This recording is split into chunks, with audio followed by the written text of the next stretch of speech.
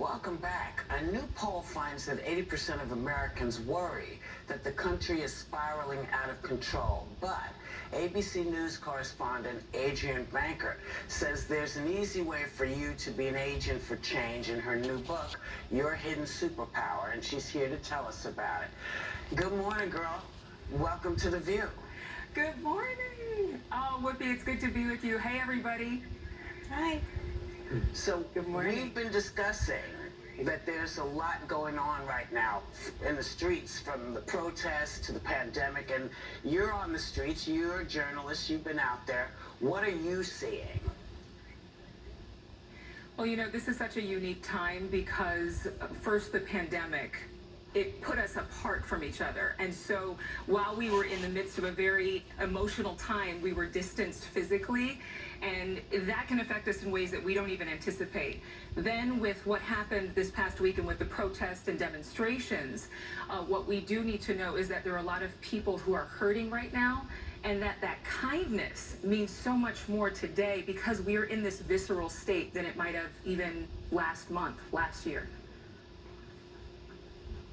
Yes, and you've been quarantining in your apartment in New York City, like so many people in the city. You're participating in the Cheer for People on the Front Lines that happens 7 p.m. every night, a very heartwarming and wonderful thing that has happened in the city. What does it specifically mean to you, though?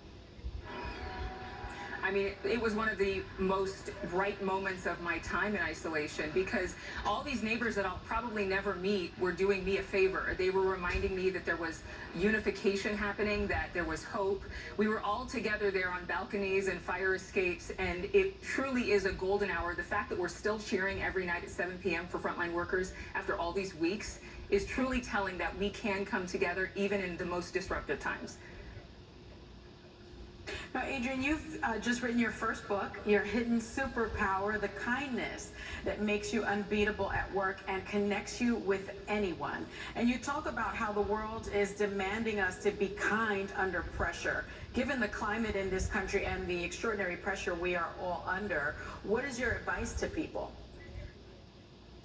Well, first of all, I would say that we all need to give each other a lot more mercy.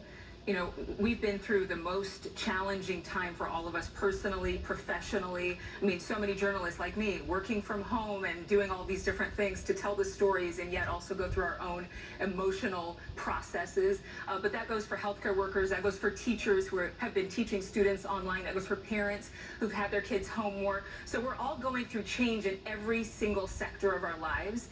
And if we would take kindness and make it our personality, our lifestyle, our identity, then our knee-jerk response to challenge would be kindness. It wouldn't be this obligatory series of politeness or the right things to do or just trying to be nice. It would be really more about who we are and just expressing that embrace to humanity that we need right now. We all need a big hug. Even if it's not a physical hug, we all need a big hug.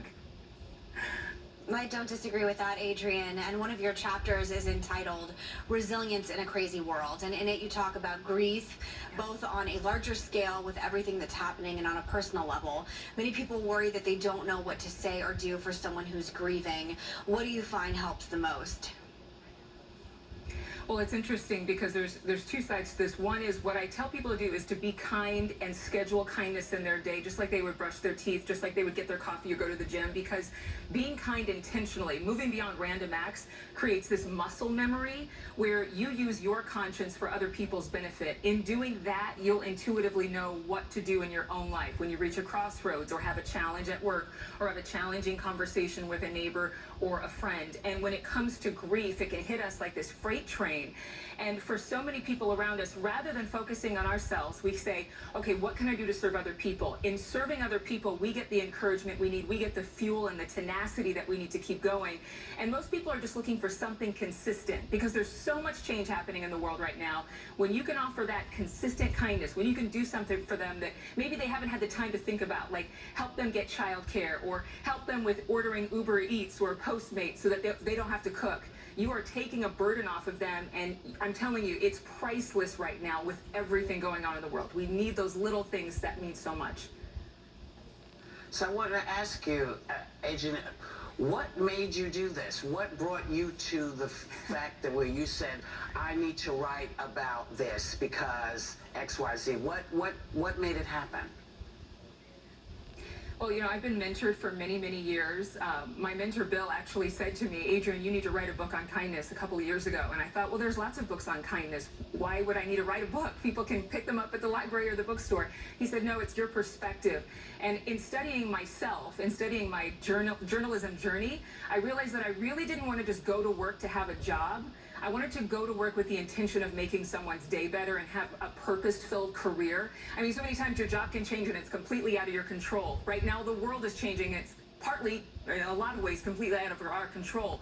But what we do have the control in is how we treat people with kindness. How we go to work and say, you know what, I'm not going to treat you like another position or a title. I'm going to treat you like someone that I have a 1 in a million chance of meeting and making a difference in. Well, thank you for coming to The View.